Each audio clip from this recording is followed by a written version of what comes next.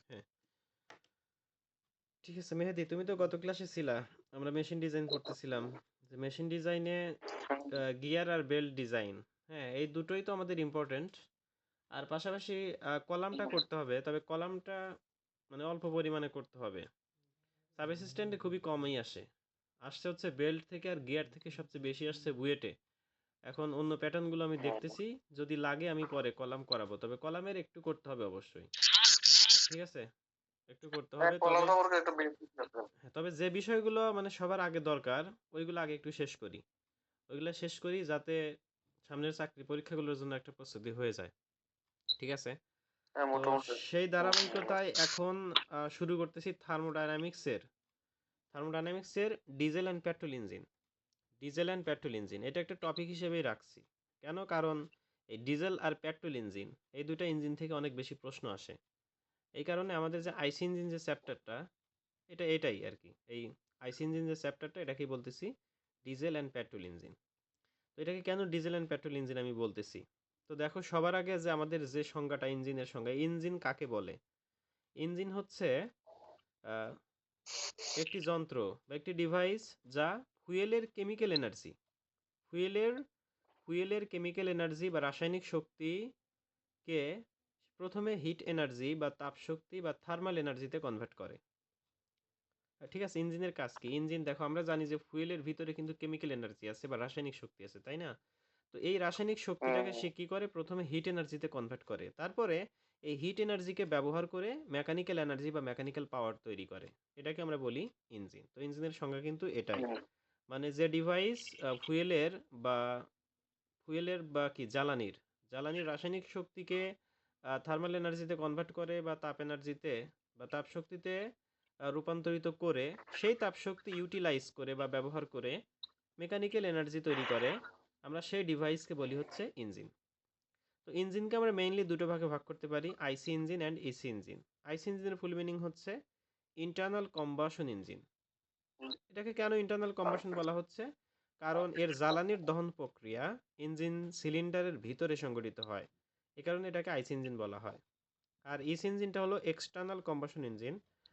এই external combustion ইঞ্জিনের জ্বালানি দহন প্রক্রিয়া ইঞ্জিন সিলিন্ডারের বাইরে সংঘটিত হয়, এ কারণে এটাকে এক্সটার্নাল কম্বাশন ইঞ্জিন বলা হয়।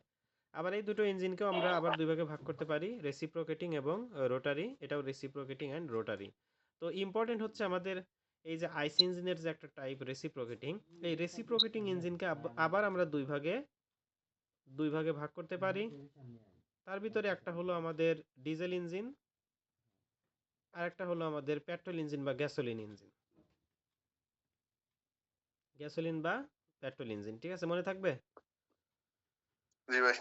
এখন আমরা যদি পেট্রোল ব্যবহার করি তাকে পেট্রোল ইঞ্জিন বলে, যদি আমরা এই যে অকটেন ব্যবহার করি তাহলে তাকে গ্যাসোলিন ইঞ্জিন বলে। ঠিক আছে, অকটেন, অকটেন তো চেনো, অকটেন C8H18।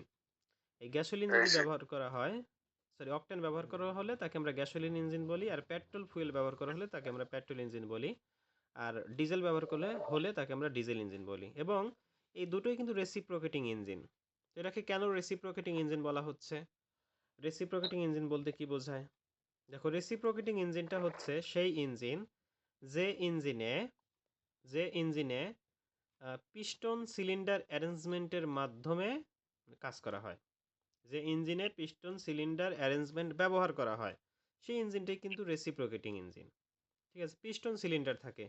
দেখো আমাদের যে ইঞ্জিন আছে, সেই ইঞ্জিনের সিলিন্ডারের ভিতরে পিস্টন আছে না? পিস্টন ওঠানামা করে, হুম, হুম। তাহলে ওঠানামার মাধ্যমে, তাহলে এই যে ওঠানামা করে, এই ওঠানামার যে মোশন, এই মোশনটাকে কিন্তু আমরা বলি রেসিপ্রোকেটিং মোশন।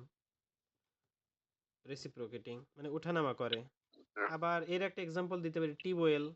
আমরা যে টিউবওয়েল দিয়ে পানি তুলি, সেই টিউবওয়েলের দেখো ভিতরে কিন্তু তোমার পিস্টনের মতো কিন্তু আছে। আর এই যে আমাদের যে টিউবওয়েলের যে এটা কিন্তু সিলিন্ডার, তাহলে সিলিন্ডারের ভিতরে কিন্তু আমরা কি হ্যান্ডেলটা চাপ দিচ্ছি, তাহলে এটা কিন্তু উঠানামা করতেছে। সেই হিসাবে কিন্তু টিউবওয়েল একটা রেসিপ্রোকেটিং ইঞ্জিনের উদাহরণ, তাই না?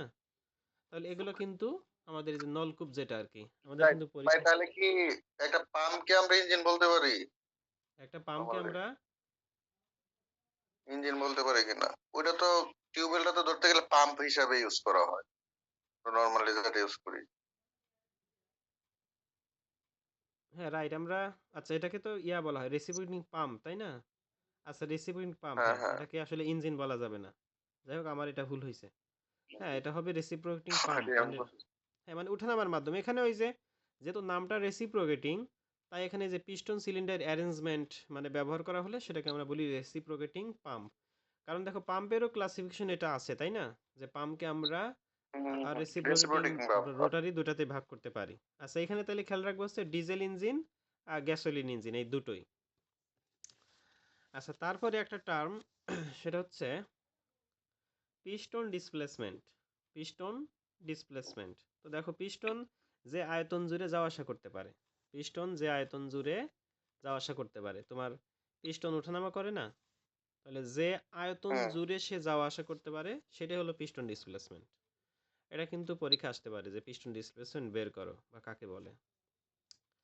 আচ্ছা, তারপরে আমরা যে দুটো ইঞ্জিনের কথা এখানে বলতেছি, ডিজেল আর পেট্রোল, সেই ডিজেল ইঞ্জিনের দক্ষতার সূত্রটা হচ্ছে 1 - 1 / RC⁴ ইনটু, এটা কিন্তু ইম্পর্টেন্ট, এই যে গামা হুম, গামা টু তারপর the power ρ - 1 divided by rho into gamma - 1, না কি ভুল লিখছি?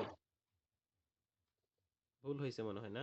ভুল ভুল হয়েছে ভাই, সূত্রটা মনে হইতেছে আমার। এটা হবে rho to the power gamma - 1, তাই না? Rho to the power gamma - 1 দুটো তো গামা আর জমানো।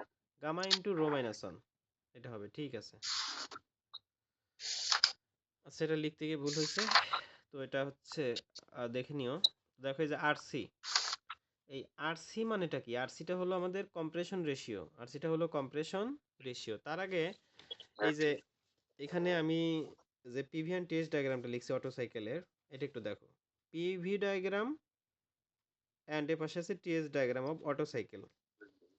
তো অটো সাইকেল বিজ্ঞানী অটো আবিষ্কার করেছেন দেখে এটাকে অটো সাইকেল বলা হয়। এই সাইকেলের উপরে ভিত্তি করে কিন্তু পেট্রোল ইঞ্জিন কাজ করে, তাই না?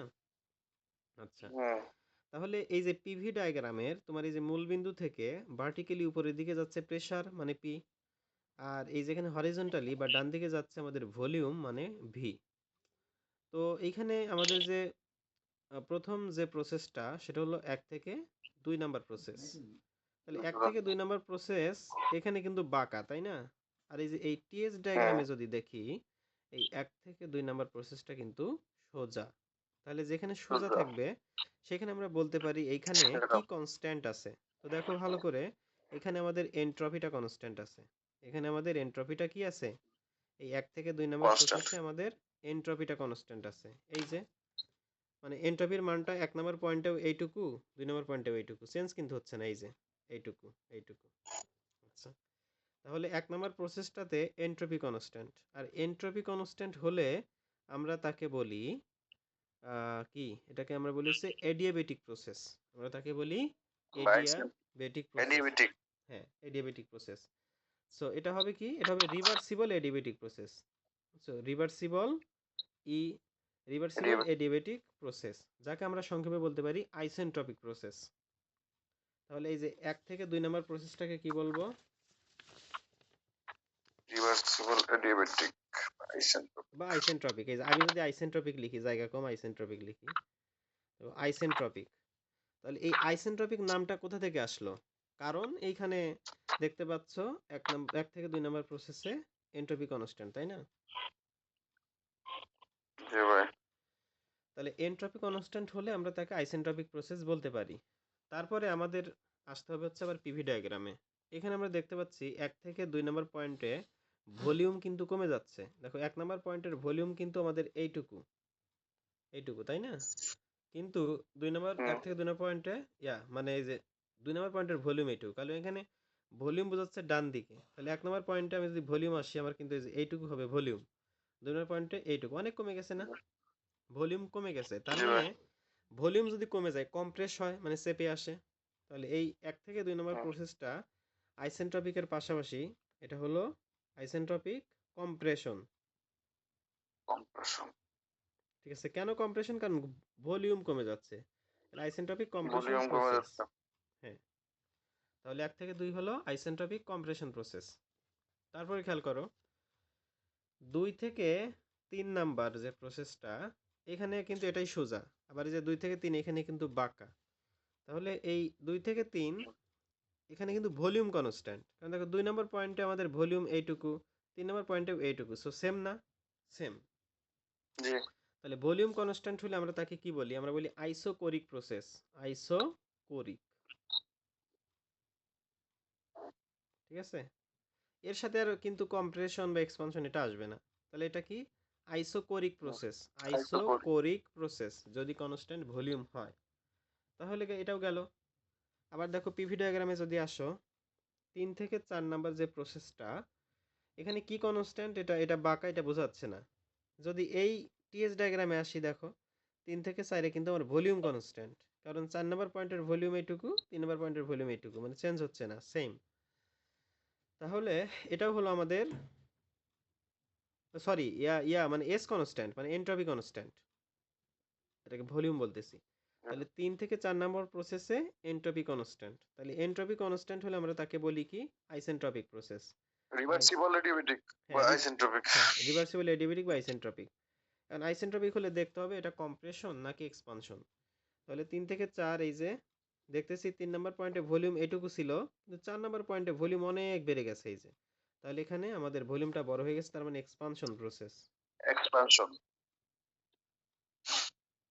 ঠিক আছে? তাহলে আইসেন্ট্রপিক এক্সপানশন প্রসেস। আর 4 থেকে একে আবার এই যে ভলিউম কনস্ট্যান্ট, 1 নাম্বার এইটুকু, 4 নাম্বার এইটুকু, তাহলে ভলিউম কনস্ট্যান্ট হলে আমরা তাকে বলি isochoric process. Isobaric process. Isochoric, isochoric, isochoric. কিন্তু এইখানে আমাদের একটা বিষয় উল্লেখ করা ভালো, সেটা কি? সেটা হচ্ছে এই যে আইসোকোরিক প্রসেসেই কিন্তু আমাদের হিট অ্যাডিশন হচ্ছে, যে কিউ ইন হচ্ছে এখানে, এবং আইসোকোরিক প্রসেসে হিট আমাদের রিজেকশন হচ্ছে। তাহলে এখানে শুধু আইসোকোরিক না বলে আইসোকোরিক হিট অ্যাডিশন প্রসেস, ঠিক আছে? Isochoric heat addition process. তবে এখানে বলবো isochoric heat rejection process, rejection. ঠিক আছে? এইভাবে। জি ভাই। তাহলে কিন্তু আমরা এই সাইকেলটা বুঝলাম। এটা হলো, এটা হচ্ছে অটো সাইকেলের, এটা হলো অটো সাইকেলের আমাদের PV diagram and TS diagram, এবং এটা কিন্তু আইডিয়াল সাইকেল। আইডিয়াল মানে আদর্শ, জি এটা ভাই, আদর্শ। বুঝতে কিন্তু পারছি। এর কিন্তু আরেকটা আছে অ্যাকচুয়াল, একটা মানে ফিগার আছে, এটা পরে পড়াবো। PV diagram of actual auto cycle. PV diagram of, এটা হলো আইডিয়াল অটো সাইকেল, আর একটা আছে অ্যাকচুয়াল অটো সাইকেল, তাহলে সেটা কিন্তু আলাদা। তো এখানে একটা বিষয় খেয়াল রাখবা, দেখো এখানে কিন্তু হিট অ্যাডিশন করা হচ্ছে, এই প্রসেসটা উল্লেখ আছে, কিন্তু এখানে কোন প্রসেসে? এটা কিন্তু কম্প্রেশন দ্বারা শুরু হয়েছে, কম্প্রেশন দ্বারা। কিন্তু আমরা যে ইঞ্জিন দেখি সেখানে কিন্তু আমাদের চারটা কি থাকে? Suction, compression, power and exhaust, কি ঠিক না? তাহলে জি ভাই। সাকশনটা কোথায় হচ্ছে এখানে? সাকশনটা যে ঢুকলো, মানে এয়ার ফুয়েলের মিক্সারটা যে পেট্রোল ইঞ্জিনে ঢুকবে, এই যে 1 নাম্বার প্রসেসের এটার আগে, কারণ কম্প্রেশনের আগেই কিন্তু ঢুকে পড়বে সাকশন। তিন তিন সাকশন, থেকে চারে ভাই সাকশন। সাকশন, সাকশন মানে কি বলো তো মেহেদি? সাকশনটা 3 থেকে 4 হবে না? 3 থেকে 4 নাম্বার। সাকশন সাকশন মানে মানে কি? কোনো কিছু টেনে নেওয়া। তো এখানে টেনে নিচ্ছে কি? এখানে কম্প্রেশন করতেছে কাকে? দেখো তো 1 থেকে 2 প্রসেসটা তো আগে। তাহলে 1 থেকে 2 প্রসেস, এই যে এইখানে আছে আমাদের টিডিসি, এই বরাবর আছে আমাদের হুম। বিডিসি। তাহলে বিডিসি। পিস্টন তোমার নিচ থেকে মানে নিচ থেকে উপরের দিকে আসলো টিডিসিতে। তাহলে টিডিসিতে যখন আসলো, তখন আমাদের কম্প্রেশন হলো। তো কম্প্রেশন করলো কাকে? এটা তো ভাই বাস্তবে তো এটা হবে না। বাস্তবেই হবে। এটা কম্প্রেশন করলো এয়ার ফুয়েল মিক্সারকে, মানে সাকশন অলরেডি হয়ে গেছে, যেটা এখানে দেখানো হচ্ছে না। তোমার এই যে ভাই সাকশন, তাইলে তো ভাই সাকশনটা আগে হবে না? সাকশন অবশ্যই সবার প্রথমে হবে, কিন্তু সেই সাকশনটা, আমি এটাই বোঝাতে চাচ্ছি তোমাকে, যে PV diagram of Otto cycle তো এটা মানে আইডিয়াল অটো সাইকেল। এই আইডিয়াল অটো সাইকেলের পিভি ডায়াগ্রামে বা টিএস ডায়াগ্রামে তোমার সাকশন যে প্রসেসটা, সাকশন যে পার্টটা, এই পার্টটাকে দেখানো হয় না। এই পার্টটা আইডিয়ালে নাই, অ্যাকচুয়াল যে পিভি ডায়াগ্রাম আছে সেইখানে দেখানো হয়। কিন্তু এটা কিন্তু এই যে তোমার আচ্ছা। আইডিয়াল অটো সাইকেলে দেখানো হয় না। এখানে তোমার 3 থেকে 4 না, 1 থেকে 2 এ কম্প্রেশন করলো, তারপর হিট অ্যাডিশন করলো, এখানে একটা বিস্ফোরণ হলো, তারপরে পিস্টনটা আবার নিচের দিকে চলে আসলো, তার মানে এটা পাওয়ার। এটা হলো পাওয়ার কম্প্রেশন, এটা পাওয়ার, আর এটা হলো এক্সস্ট, ঠিক আছে? হিটটা বের হয়ে যাচ্ছে। ও তার মানে ভাই আইডিয়ালটাতে কি সাকশনটা দেখাইতেছে না, না? না, না, সাকশনটা এখানে নাই। কারণ সাকশনটা তোমার শুরু হওয়ার কথা এক পয়েন্টের আগে। কারণ সাকশনের মাধ্যমেই তো এয়ার ফুয়েলের মিক্সারটা কার্বুরেটর থেকে আসবে পেট্রোল ইঞ্জিনে, তাই না? কারণ পেট্রোল ইঞ্জিনে জি, জি। কার্বুরেটর ব্যবহার করা হয়, কার্বুরেটর কিন্তু আবার ডিজেল ইঞ্জিনে নাই। ডিজেল ইঞ্জিনে নাই, কেন নাই সেই কার্বুরেটরটা বলতে পারবা? না ভাই, এটা সঠিক বলতে পারতেছি না। আচ্ছা দেখো, আমরা আমরা এই বিষয়টা হচ্ছে একটু আরেকটু আমরা বুঝে আসি। যেটা এ পাশে আছে হচ্ছে PV and TS diagram of diesel cycle. তাহলে ডিজেল সাইকেলে আমাদের কি বলে, দেখো এটা একটু দ্রুতই বলি। ১ থেকে ২ এটা বাঁকা, কিন্তু এখানে কিন্তু সোজা। এখানে কি সোজা না? তাহলে এটা আমার প্রথমটা হলো আইসেন্ট্রপিক প্রসেস এবং এটা আইসেন্ট্রপিক কম্প্রেশন। তাহলে আইসেন্ট্রপিক কম্প্রেশন আমি লিখতে পারি। আইসেন্ট্রপিক, কম্প্রেশন আচ্ছা, বা রিভার্সিবল কম্প্রেশন। হ্যাঁ। তাহলে আইসেন্ট্রপিক কম্প্রেশন প্রসেস। রিভার্সিবল আবার দেখো ২ থেকে ৩, ২ থেকে ৩ এ আমাদের কিন্তু প্রেসার কনস্ট্যান্ট, তাই না? কারণ ২ নম্বর পয়েন্টের প্রেসার যে প্রেসার, কনস্ট্যান্ট। তাহলে এটা হচ্ছে প্রেসার মানে কনস্ট্যান্ট প্রেসার। আইসোবারিক। আইসোবারিক বলতে পারি আমরা, আইসোবারিক। আইসোবারিক হিট কিন্তু অ্যাডিশন হচ্ছে। জি ভাই, heat addition process. Isobaric heat addition process. আবার ৩ থেকে ৪ এই যে এটা সোজা, আইসেন্ট্রপিক এক্সপানশন প্রসেস। জি ভাই।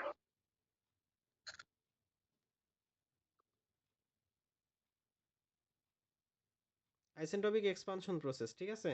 আর ৪ থেকে ১ হলো আমাদের কনস্ট্যান্ট ভলিউম মানে আইসোকোরিক হিট রিজেকশন প্রসেস।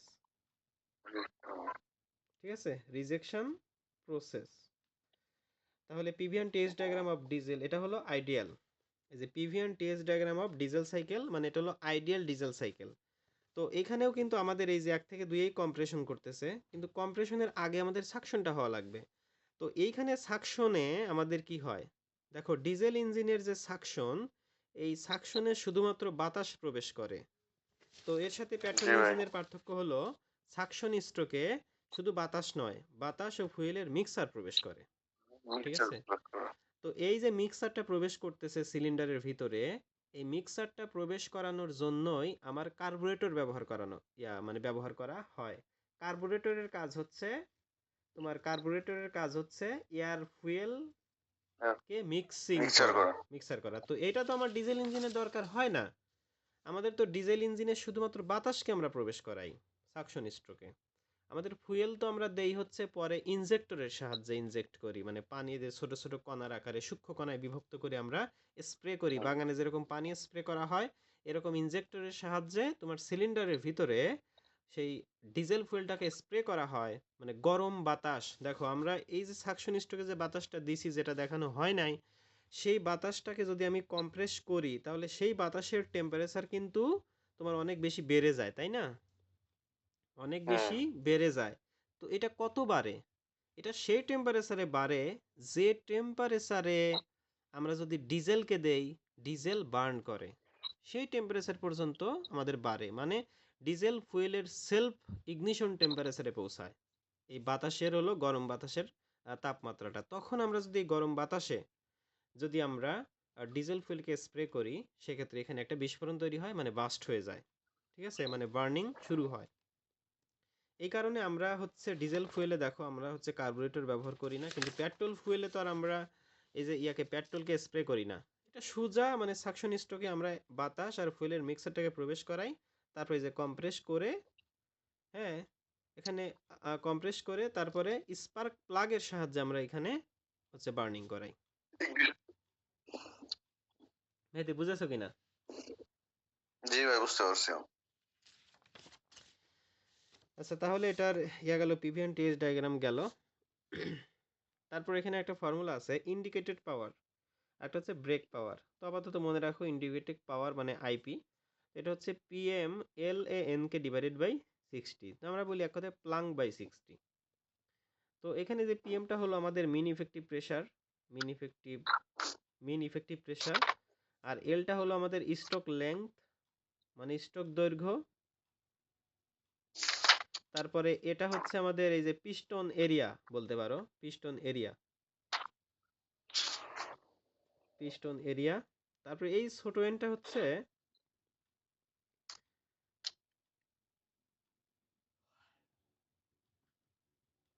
ছোট এন সমান হচ্ছে এই যে ক্যাপিটাল এন ডিভাইডেড বাই 2। ঠিক আছে, ক্যাপিটাল এন ডিভাইডেড বাই 2 যদি 4 স্ট্রোক হয়, এই যে এটা কিন্তু ছোট এন, কিন্তু আমাদের কিন্তু প্রবলেমে দেয়া থাকবে হচ্ছে স্পিডের ভ্যালু, তাই না? তাহলে সেই স্পিডকে আমরা 2 দ্বারা ভাগ করব যদি ইঞ্জিনটা 4 স্ট্রোক হয়, আর আমরা 2 দ্বারা ভাগ করব না, মানে ক্যাপিটাল এনটাই আমাদের এন হবে যদি 2 স্ট্রোক ইঞ্জিন হয়।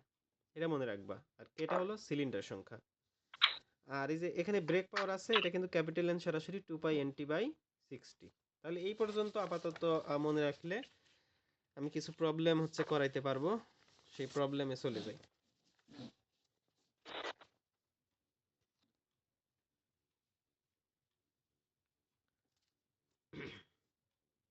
আচ্ছা, তাহলে 1 নম্বর যে প্রবলেম, এখানে বলেছে একটি 4 সিলিন্ডার ইঞ্জিনের, মেয়েদের দেখা যাচ্ছে ভালো করে? একটু ভাই ব্লার হইতেছে। হ্যাঁ হ্যাঁ, সেটাই আমিও বুঝতে পারতেছি।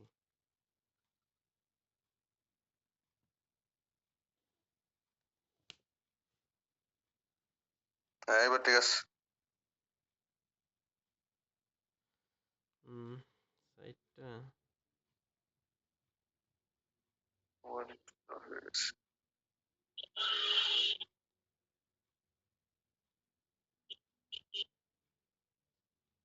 একটু অন্ধকার তো, এই কারণে আলো কম।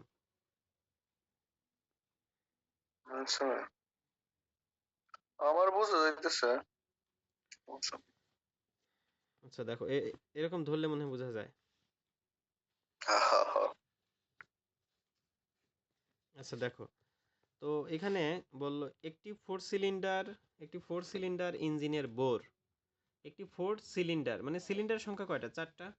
তাহলে একটি 4 সিলিন্ডার চারটা। ইঞ্জিনের বোর হচ্ছে 12 সেন্টিমিটার। বোর মানে কি? বোর মানে হচ্ছে ইঞ্জিন সিলিন্ডারের মানে ডায়ামিটার। গায়া। হ্যাঁ। আর স্ট্রোক দৈর্ঘ্য হচ্ছে 20 সেন্টিমিটার, মানে স্ট্রোক দৈর্ঘ্য। তো স্ট্রোক এল। দৈর্ঘ্যটা তোমার যে দৈর্ঘ্য পর্যন্ত পিস্টন যাওয়া আসা করতে পারে, সেই দৈর্ঘ্যকে বলে স্ট্রোক দৈর্ঘ্য। হলে ইঞ্জিনটির পিস্টন ডিসপ্লেসমেন্ট কত? এই যে পিস্টন ডিসপ্লেসমেন্ট সম্পর্কে আমি বলে আসছি কিন্তু, যে পিস্টন ডিসপ্লেসমেন্টটা কি জিনিস, এই যে খেয়াল করো এখানে, যে পিস্টন যে আয়তন জুড়ে যাওয়া আসা করতে পারে, তার মানে স্ট্রোক ভলিউম যেটা, স্ট্রোক ভলিউম। তাহলে তোমার এখানে ইঞ্জিনের পিস্টন ডিসপ্লেসমেন্ট কত, সেক্ষেত্রে তোমার স্ট্রোক ভলিউমটা বের করা লাগবে, তাই না? তাহলে স্ট্রোক ভলিউমটা জি ভাই। কিভাবে বের করবা? ধরো যদি 1 নাম্বার প্রবলেম হয় আমাদের, ধরো এটা যদি আমাদের সিলিন্ডার হয়, যদি এই পর্যন্ত পিস্টন যাওয়া আসা করতে পারে, মানে এর বেশি উঠতে পারবে না, ঠিক আছে, উপরে, তাহলে এটা কি ভিসি না? এটা মানে এই পয়েন্টের জি ভাই। বেশি পিস্টন উঠতে পারবে না, তাহলে এটা হলো আমাদের ক্লিয়ারেন্স ভলিউম। আর পিস্টন ধরলাম এই যে এর নিচে আর নামতে পারে না, মানে এই পর্যন্ত হচ্ছে আসতে পারে, ধরে নিলাম এই পর্যন্ত আসতে পারে, তাহলে এই যে নিচের টুকু এটা কিন্তু আমার হিসেবে আসবে না। তাহলে আমার এই যে এইখান থেকে শুরু করে, এখান থেকে শুরু করে এই পর্যন্ত আমাদের হবে কি স্ট্রোক ভলিউম, তাই না? মানে এই যে এই পর্যন্ত যাওয়া আসা করতে পারে, তাহলে যে পর্যন্ত, তাহলে এই পর্যন্ত একবার উঠবে বিডিসি, জি। সরি টিডিসি, আর এটা হলো বিডিসি, মানে এর নিচেও পিস্টন নামবে না। তাহলে টিডিসি পর্যন্ত উঠতে পারবে, বিডিসির নিচে নামতে পারবে না। তাহলে এই টিডিসি থেকে বিডিসির মধ্যবর্তী যে আয়তন, সেটাই কিন্তু আমাদের পিস্টন ডিসপ্লেসমেন্ট, তাই না? সেটাই আমাদের পিস্টন জি ভাই। ডিসপ্লেসমেন্ট। আর ইঞ্জিনের বোর্ড দেওয়া ছিল, মানে ইঞ্জিনের সিলিন্ডারের ডায়া, এই যে এইখান থেকে এটার দূরত্ব, এটা ছিল আমাদের বোর। আর স্ট্রোক দৈর্ঘ্য মানে এই দৈর্ঘ্যটা, এই যে এল, ঠিক আছে, স্ট্রোক দৈর্ঘ্য মানে এই দৈর্ঘ্যটা এল, মানে যে আয়তন জুড়ে যাওয়া আসা করতে পারবে তার দৈর্ঘ্য, তার দৈর্ঘ্য। তাহলে আর কি আছে এখানে? এই যে আবার সিলিন্ডার কিন্তু 4টা আছে, এরকম 4টা সিলিন্ডার আছে, ইঞ্জিনটা বড় মোটামুটি, এরকম 4টা সিলিন্ডার আছে, আমাদের ঠিক এর আছে। মান দেওয়া। হ্যাঁ, তাহলে আমাদের যে পিস্টন ডিসপ্লেসমেন্ট যদি বলে বা স্ট্রোক ভলিউম বলে, সেক্ষেত্রে আমাদের সিলিন্ডার সংখ্যা দ্বারা গুণ করা লাগবে। আচ্ছা, তাহলে এটার এরিয়া, এটার আয়তন কেমন হবে? তাহলে আয়তন হবে কি, ভিএস সমান হবে পাই ডি স্কোয়ার বাই 4 ইন্টু হচ্ছে কি, ইন্টু হচ্ছে এই দৈর্ঘ্যটা, ইন্টু এই দৈর্ঘ্যটা, এল মানে স্ট্রোক দৈর্ঘ্য ক্যাপিটাল এল, এটা ক্যাপিটাল এল, ইন্টু হচ্ছে আমাদের কে, মানে সিলিন্ডার সংখ্যা। সিলিন্ডার কয়টা আছে? একটা থাকলে একটা, চারটা থাকলে চারটা। তো আমাদের পাই আমরা লিখলাম। ডায়া কত দেয়া আছে? Bore 12 centimetre. তো 12 সেন্টিমিটারই রাখবো। দেখি আরো স্ট্রোক দৈর্ঘ্য কত আছে? 20 সেন্টিমিটার। তাহলে দুটাই যেহেতু সেন্টিমিটার, আমি সেন্টিমিটার রেখে দিই তাহলে। তাহলে বোর কত? 12। তাহলে 12 স্কোয়ার ডিভাইডেড বাই 4। এল হচ্ছে আমাদের স্ট্রোক দৈর্ঘ্য কত? 20। কে কত? কে হচ্ছে আমাদের 4। 4 হুম, তাহলে 4 যদি কেটে দেই, তাহলে পাই 12 স্কোয়ার ইন্টু হলো 20। তো এখন যদি হিসাব করি দেখি কত আসে। পাই 12 স্কোয়ার ইন্টু হচ্ছে 20। দেখো 9047.77। 9047.77। তাহলে ইউনিটটা কি হবে বলো তো দেখি? এটা সেন্টিমিটার কিউব হবে। সেন্টিমিটার কিউব মানে সিসি হবে, তাই তো? সিসি। তাহলে এটাই আমাদের অ্যান্সার। সেন্টিমিটার কিউব মানে তো সিসি। তাহলে আমরা এটা কিন্তু লিখতে পারি। তো আর কেউ জয়েন হয়নি না? সবাই ব্যস্ত।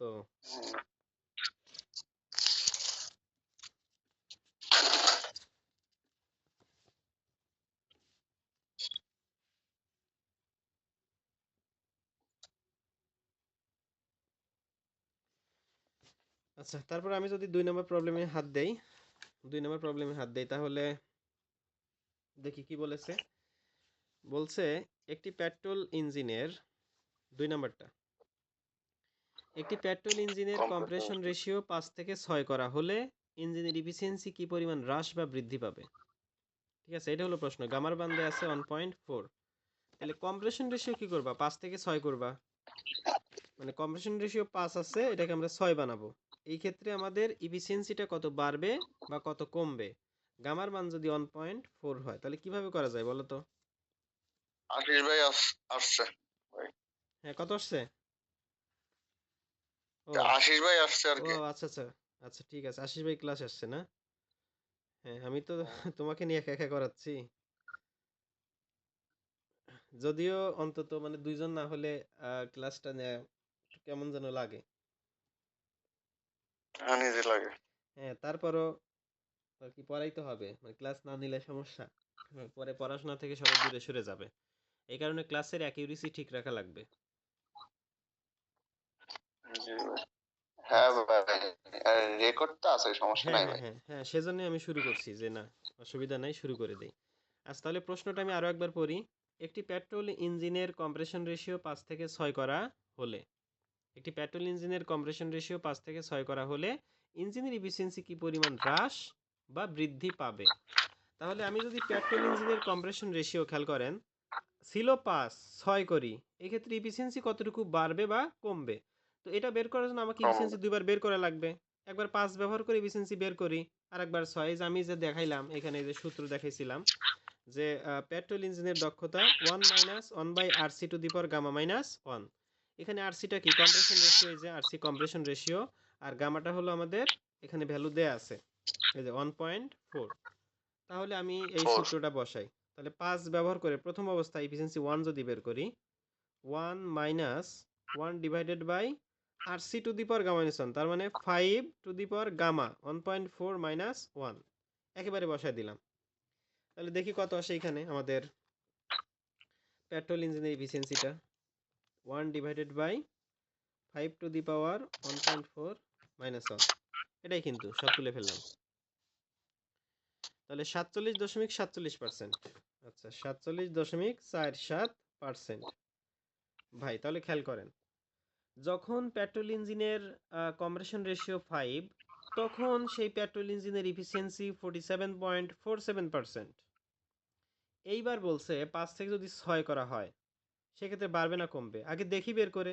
যদি আমরা 6 করি, দেখেন 1 মাইনাস 1 ডিভাইডেড বাই, তাহলে আরসির মানে এখন হবে 6, আর বাকি সব ঠিক জি, থাকবে। গামা এইবার মাইনাস দেখি 1। কত আসে।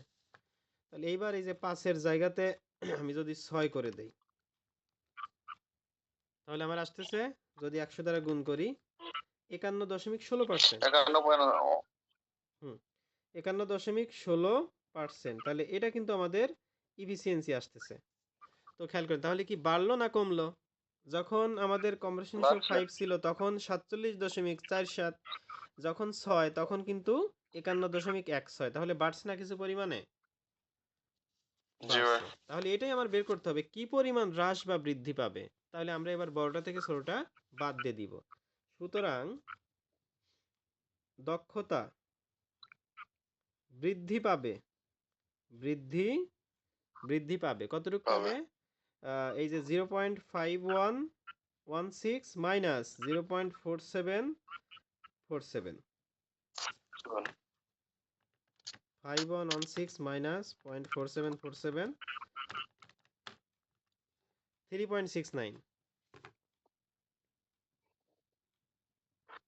এটা সরাসরি পার্সেন্ট থেকে বাদ দিলেও কিন্তু আসবে। দেখেন 51.16 মাইনাস 47.47, 3.69 একই আসবে। ঠিক আছে, আমি হচ্ছে পার্সেন্টে মানে পার্সেন্টটা উঠাই দিয়ে তারপরে মাইনাস করছি। একই কথা, সমস্যা নেই। আচ্ছা তাহলে এটাই আমাদের অ্যান্সার। আচ্ছা ঠিক আছে, তাহলে 3 নম্বর প্রবলেমে চলে যাই।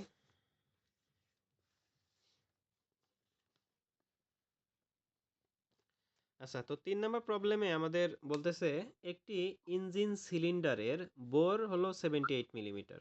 বোর মানে আবারও ডায়া, ডায়া এবং স্ট্রোক দেওয়া আছে 72 মিলিমিটার। ইঞ্জিনের সিসি নির্ণয় করো, সিসি। তাহলে ইঞ্জিনের সিসি মানে কি? স্ট্রোক ভলিউম না? জি ভাই। মানে স্ট্রোক ভলিউমটাই বের করতে হবে, কিন্তু যার এককটা হবে সিসি মানে কিউবিক সেন্টিমিটার। এই যে কিউবিক সেন্টিমিটার, ঠিক আছে এটা। তাহলে আমাদের বোর্ড দেওয়া আছে হচ্ছে 78 আর স্ট্রোক দৈর্ঘ্য দেওয়া আছে 72 মিলিমিটার। তাহলে আমরা যদি 3 নম্বর প্রবলেমটা করি, এক্ষেত্রে ইঞ্জিনের সিসি বের করব মানে ভিএস বের করব। আবারও পাই ডি স্কোয়ার বাই 4 ইন্টু হচ্ছে আমাদের এল ইন্টু হলো সিলিন্ডার সংখ্যা কে, সিলিন্ডার সংখ্যা কে। তাহলে পাই ডির ভ্যালু কত তাহলে? ভাই এটা তো কত স্ট্রোক ভাই, এটা মানে কত স্ট্রোকের তো ভাই বলে নাই, তাহলে কে আর মান কি ওয়ান নিব? হ্যাঁ যদি মানে আমাদের স্ট্রোকের উপর এটা করবে, ডিপেন্ড করবে না, এটা সিলিন্ডার সংখ্যার উপর ডিপেন্ড করবে। Sorry cylinder, sorry cylinder cylinder. সংখ্যা যদি বলা না থাকে 1 নিব আমরা, বা এটা না দিলেও সমস্যা নাই, না নিলেও সমস্যা নাই।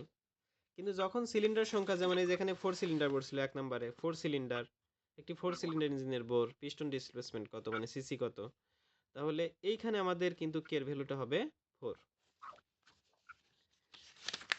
তাহলে এইখানে আমাদের এই যে এটা 4 নাম্বার না, না 3 নাম্বার সরি, 78 আর 72 হলো স্টক দৈর্ঘ্য। তাহলে এই যে 78 যদি হয়, সিসি চাইছে না, সিসি কিন্তু চাইছে, তাহলে আমার জি এই ভাই। যে এই ডায়াটা কিসে নিলে ভালো হবে দেখি। এই ডায়াটা 78 মিলিমিটার, সেন্টিমিটারে রাখলি ভাই। রাইট। তাহলে 78 মিলিমিটারকে যদি সেন্টিমিটারে নেই কত হবে এটা? 7.8 হবে না? 7.8। যেহেতু জি 1 ভাই। সেন্টিমিটার মানে 10 মিলিমিটার। তাহলে জি ভাই 7.8। হ্যাঁ 78 মানে 7.8 স্কোয়ার।